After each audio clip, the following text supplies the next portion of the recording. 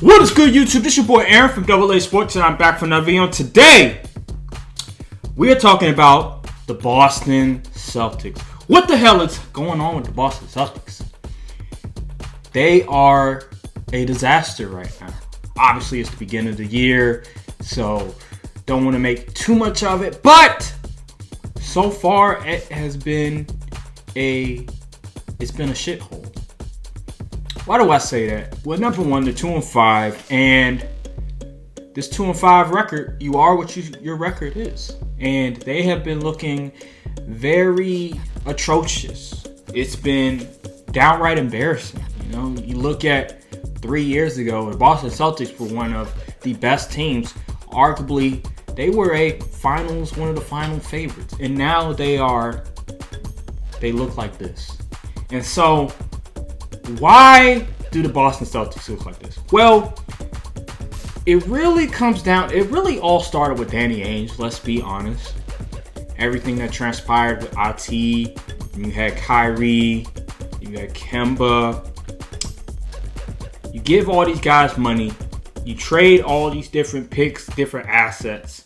Guys get hurt, guys get old, then all of a sudden, you're left with a team like this where your two best players, you have two all-star caliber players in Jayson Tatum, Jaylen Brown. But then everybody else, you don't have the depth they used to have. A lot of guys are getting older. A lot of the pieces don't seem to fit.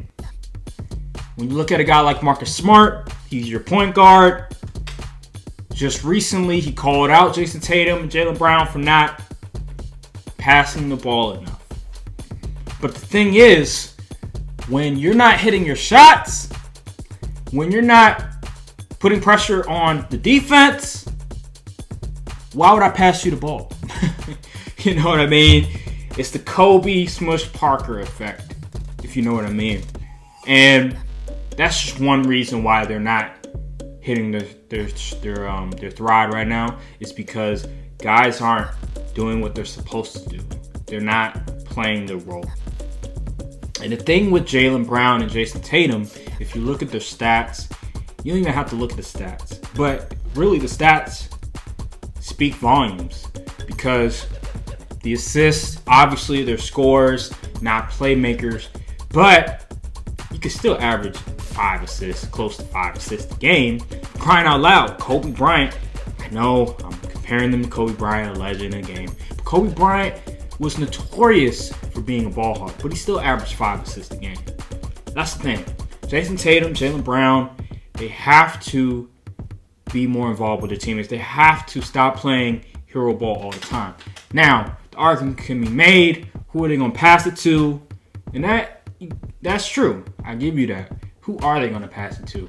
Now, but at the same time, you have to at least try. That's my thing. At least try to get people involved. Stop trying to play hero ball all the time. And the thing about it is that Jaylen Brown and Jayson Tatum are so similar. Their games are too similar. They almost identical in a sense, right? And that's a problem, because when your two stars have similar games and they don't pass the ball a lot, you're going to have problems, because you want your best players to be able to make your teammates better. Although Kobe, I keep comparing them to Kobe, but because they sort of are a hybrid of Kobe. Kobe was a ball hawk, but there were certain times where he was able to make his teammates better. Look at Pau Gasol in the playoffs. Him and Pau Gasol sort of having that connection with one another, and also him with other players like Ron Artest, Lamar, Derek Fisher. He still was able to make his teammates around him better. Now, I get it. Those guys were championship level players. Those guys understood a system, high basketball IQ players. You had Phil Jackson.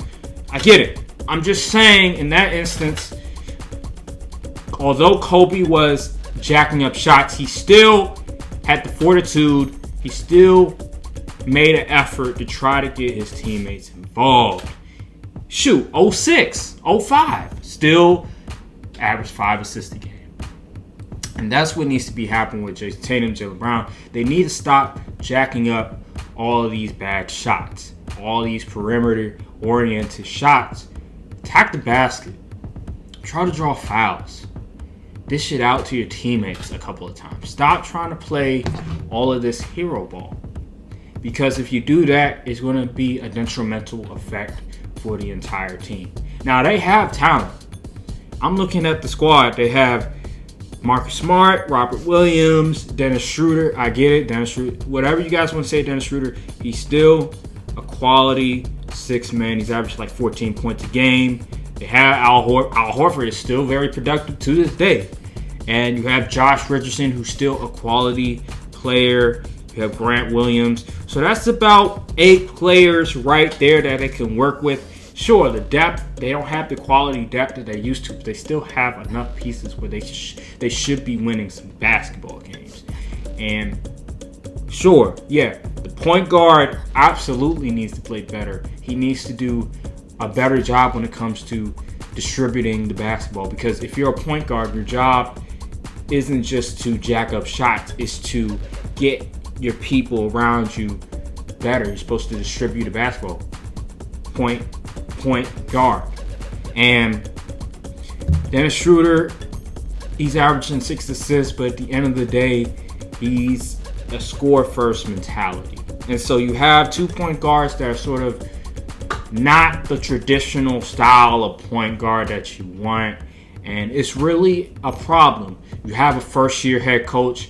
Shoot, maybe Brad Stevens, he was sort of the glue that was keeping everything together, because right now the team doesn't look like they want to play with one another. They don't look like they want to be there. You know what I mean? And people say, oh, Brad Stevens, he wasn't good with controlling egos, right? Controlling emotions. Well, looking at the state of affairs that's happening with the Boston Celtics right now, it's looking like Brad Stevens did a damn good job. He was what the doctor ordered, because last year they had the 7th seed, but they were still pretty much the same boat that they were now from a talent perspective. Kemba was always injured and everything like that, so it was kind of the same boat that they are in now. And Brad Stevens is not there no more. They have a new head coach, and they're just going to have to figure it out. And this really comes back to everything that happened with Danny Ainge and him sort of not pulling the trigger to get that star player that they need to get over the hump, and taking chances on guys like Kyrie, Kemba Walker, and them getting hurt, them not sort of giving you the return investment that you thought they were going to give. So a lot of things transpired. It's really been a culmination of these past just 5 years of disappointment after disappointment after disappointment, and just bad luck. Like Gordon Hayward, Kyrie, Kemba Walker, Isaiah Thomas. These are guys that were star players, but ultimately got hurt, decided they didn't want to be there no more, didn't get to give the Celtics what they thought they were going to give them. So it's really, a lot of it is bad luck, but a lot of it is also bad management, bad health management as well.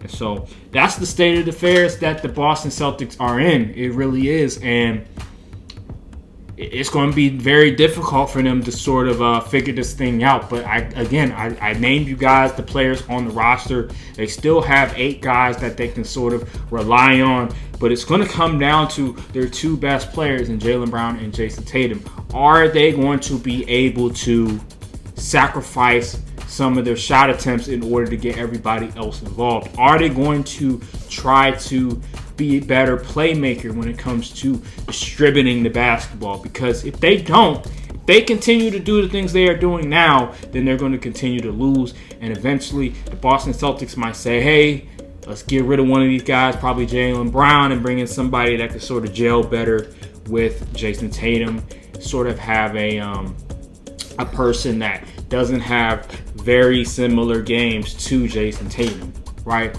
So they got to figure this out now, because the clock is ticking, and if they don't, the Boston Celtics that we know, that we've seen for the past 5 years, is going to be over. And it's going to be similar to how they did with Paul Pierce back in the day, where the team was sort of a crapshoot, a bad show to watch, a bad game to watch, and everything like that, and they just started losing games. So, what do you guys think the Boston Celtics should do to sort of improve their ways and sort of try to get out of this little slump that they're in? Comment down below. Like, subscribe. Thank you guys for watching this video, and peace.